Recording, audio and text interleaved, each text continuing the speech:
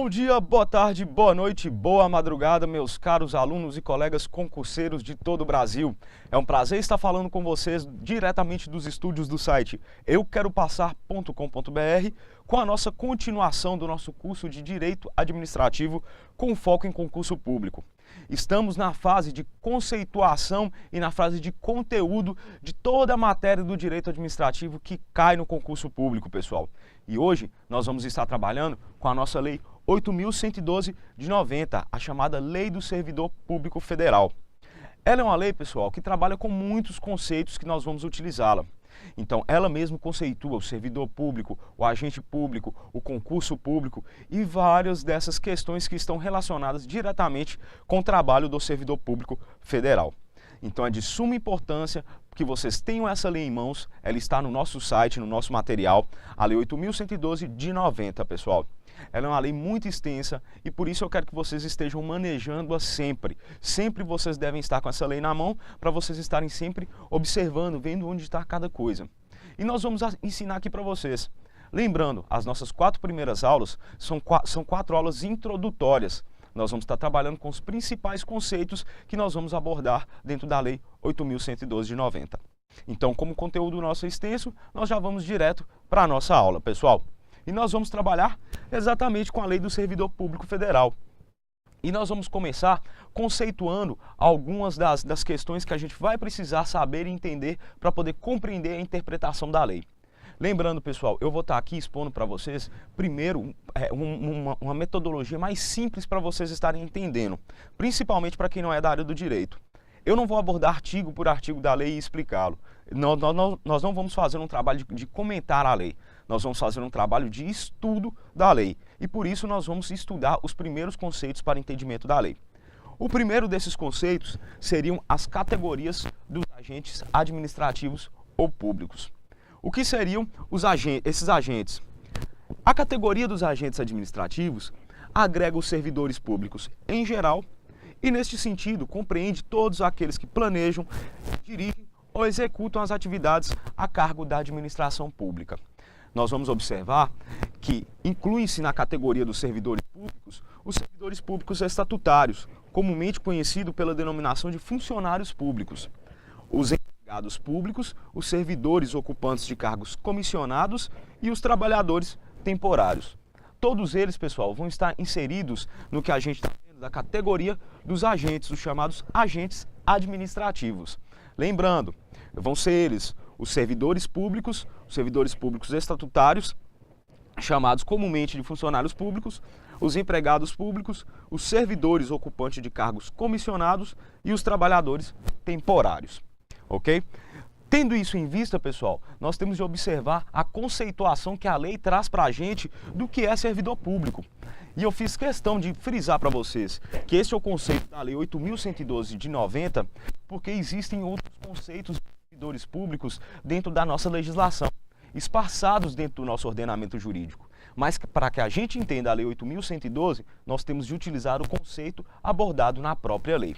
Então, passamos a falar. Servidor público é pessoa física que, mediante prévia aprovação em concurso público de provas ou provas e títulos, ingressa nos quadros da administração pública para, mediante pagamento de uma remuneração mensal, prestar seus serviços por prazo indeterminado e sob regamento do regime estatutário. A principal característica que nós vamos ter aqui, pessoal, do servidor público é o regime estatutário, ou seja, ele vai ser regido pelo Estatuto do Servidor Público Federal e pela Lei do Servidor Público Federal. Então, nós vamos ver que, diferente do empregado, nós vamos diferenciar para vocês que está sobre o regime seletista da CLT, nós vamos ter aqui o funcionário público, ele vai estar regido pelo Estatuto. Essa é a principal característica que vai diferenciar o servidor público do funcionário público, pessoal. E também é importante vocês entenderem uma coisa. O concurso público no qual ele vai ingressar, ele obrigatoriamente tem de ser de provas ou provas e títulos. E nunca somente de títulos, como nós vimos em algumas questões no nosso bloco de resolução de questões, correto? Então é importante que vocês saibam essa conceituação para poderem estar abordando ela no decurso da lei. Posteriormente, nós vamos fazer uma diferença com o empregado público, pessoal. Por quê? O empregado público, não obstante prestar seu serviço para a administração pública indireta, por prazo indeterminado, mediante prévia aprovação em concurso público de provas ou provas e títulos, recebendo o pagamento pela prestação dos seus serviços, rege-se pelas normas da CLT, a chamada Consolidação das Leis do Trabalho, e não pelo regime estatutário. Essa é a principal diferença, como eu disse para vocês, que nós vamos ter entre o funcionário público e o empregado público. O primeiro, ele vai ser regido pelo Estatuto. O segundo vai ser regido pela CLT. Ele vai ser o chamado seletista, pessoal. Lembre-se dessas nomeações que nós estamos utilizando, dessas nomenclaturas que nós estamos utilizando. O primeiro é estatutário, o segundo é seletista. Costuma cair assim em concurso. Ele não vai te explicar, funcionário regido pela CLT. O funcionário que é seletista ou estatutário, ok? Então, pessoal, nós passamos a entender o que é cargo, já que tanto o funcionário público como o empregado público exercem cargo, função pública. O que é o cargo para a gente na Lei 8.112 de 90? O cargo é o conjunto de atribuições e responsabilidades previstas na estrutura organizacional da administração pública, que devem ser encarregados a um servidor. Sendo esta a definição dada pela Lei 8.112 de 90, pessoal. Nós temos de observar que essa colocação de cargos, essas responsabilidades, elas vão ser todas instituídas pela estrutura organizacional da administração pública. E é ela que vai falar para a gente, vai informar para a gente. É o poder mandamental do administrador. Ele vai informar para a gente, ele vai regrar tudo o que o funcionário público pode fazer e o que ele não pode fazer, pessoal. Lembrando que na administração pública a gente vai fazer somente o que estiver prescrito em lei. É o contrário da pessoa comum, da pessoa natural, que pode fazer tudo que não está previsto em lei, ok? Tendo então esse conceito de cargo na mente, o que a gente pode observar? Como se pode perceber, no âmbito do Poder Executivo, os cargos públicos são criados por lei de iniciativa exclusiva do Presidente da República. Então, para sair um concurso público, e eu já acho que vocês já entendem disso como concurseiros que são, obrigatoriamente tem que passar pelo crivo do Presidente da República. E somente ele, como eu disse para vocês, e somente eles, e somente por iniciativa dele, é que se cria novos cargos públicos.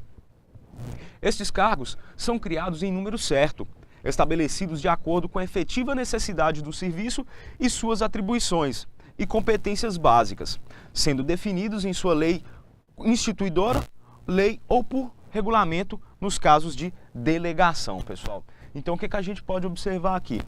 Os cargos eles são criados por número certo, de acordo com a necessidade do serviço, com a atribuição e com a competência básica. E essa competência ela vai ser instituída por lei instituidora, a mesma lei que definiu a criação desses cargos, ou por regulamento nos casos de delegação, pessoal. Se há delegação, vai existir um regulamento que irá regular essa criação de cargos, ok? Posteriormente, pessoal, nós vamos observar os vários tipos de cargo que existem na administração pública e que estão elencados na Lei 8.112 de 90. Nós vamos começar com os cargos em comissão, pessoal. O que seriam os cargos em comissão? Eles são aqueles cargos de ocupação transitória.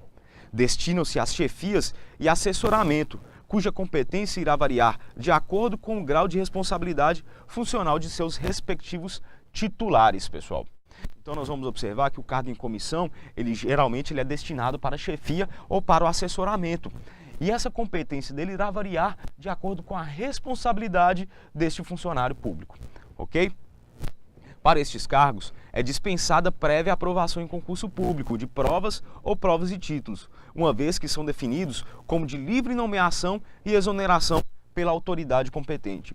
São os chamados cargos de confiança, pessoal. São aqueles cargos que o prefeito tem de ter, independente dos cargos já constituídos dentro da administração pública. Essa é uma questão mais política. Afinal, por exemplo, o prefeito, que é o chefe da municipalidade, para que haja a movimentação administrativa, ele vai necessitar de alguns dos seus assessores de confiança para sair dessa questão política, para conseguir uma aprovação de uma lei, para conseguir uma iniciativa, uma propositura de uma lei. Ele vai precisar de todo um assessoramento e para isso ele tem de ter confiança.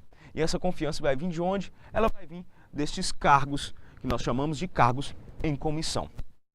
Posteriormente, nós vamos entender que eles se subdividem-se em duas categorias, que vão ser de recrutamento amplo ou recrutamento limitado. O recrutamento amplo não sofre limitação para o seu preenchimento e, neste sentido, a autoridade competente tem poderes amplos para a sua escolha, que inclusive pode se pautar em critérios exclusivamente políticos, pessoal. Como eu disse para vocês, são chamados cargos de confiança.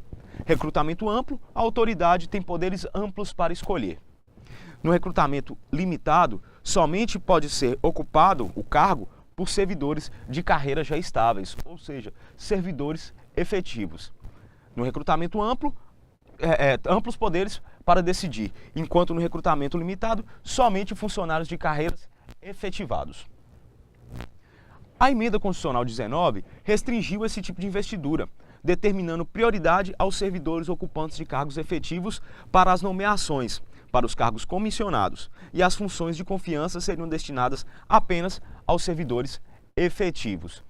Isso a gente pode observar na lei. Na prática, a coisa não costuma acontecer dessa forma. Posteriormente, nós vamos trabalhar com cargo efetivo, pessoal. O cargo efetivo é aquele dotado de caráter permanente, representando a maioria absoluta dos cargos da administração pública. Suas hipóteses de perda do cargo efetivo são por sentença judicial, por processo administrativo e por avaliação negativa do desempenho do funcionário público. Aqui, pessoal, no cargo efetivo, nós vamos estar falando com o funcionário público por excelência, ok? E aqui nós vamos observar que ele vem de onde? Ele vem do concurso público de provas ou provas e títulos. O importante para a gente é a gente saber como ele pode vir a perder o cargo. Que nós vamos saber por sentença judicial, processo administrativo ou avaliação negativa do desempenho. Nós vamos também ter os cargos vitalícios, que são aqueles que oferecem uma maior garantia de permanência aos servidores que os ocupam. Foram criados com a finalidade de proteger os servidores devidos às suas atribuições e responsabilidades, necessitando dessas garantias para exercer suas atividades com isenção e imparcialidade.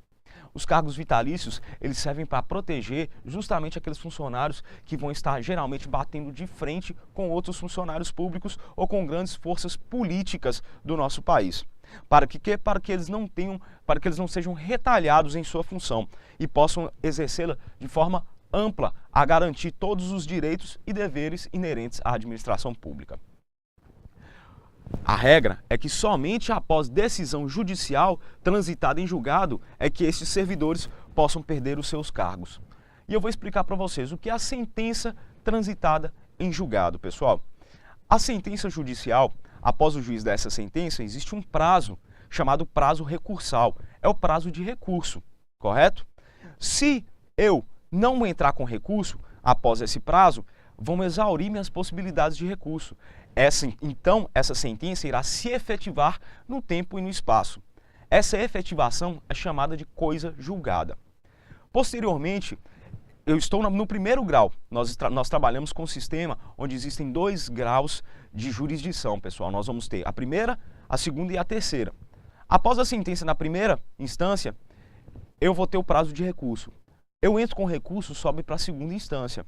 Após a decisão da segunda instância, eu tenho prazo para recurso. Eu subo então para a terceira e última instância. Após essa terceira e última instância, quando sair a sua decisão, ela é de toda forma definitiva. E também faz o que chamamos de coisa julgada. Então, só após esse trâmite é o que o funcionário vitalício vai poder perder o seu cargo, a sua função. Pessoal, essa é a nossa primeira aula da Lei do Servidor Público, a Lei 8.112 de 90. Eu já falei para vocês que as nossas 4 primeiras aulas, elas vão ser todas abordando conceitos necessários ao entendimento da lei. E todos esses conceitos que nós abordamos, e vocês viram que essa nossa aula foi mais conceituação, todos eles são necessários para o entendimento acerca do regramento do servidor público federal. E é de suma importância que vocês entendam estes conceitos, pois esses conceitos são dados pela própria lei para que vocês entendam esta mesma lei. Portanto, nós vimos que nós já trabalhamos as classificações dos agentes, nós também já descobrimos o que é cargo e nós vimos os tipos de cargos que nós vamos ter na administração pública, correto? Então eu preciso que vocês continuem assistindo a nossa próxima aula, as nossas próximas aulas, e eu aguardo vocês lá, aqui no nosso site, euqueropassar.com.br. Até breve, pessoal!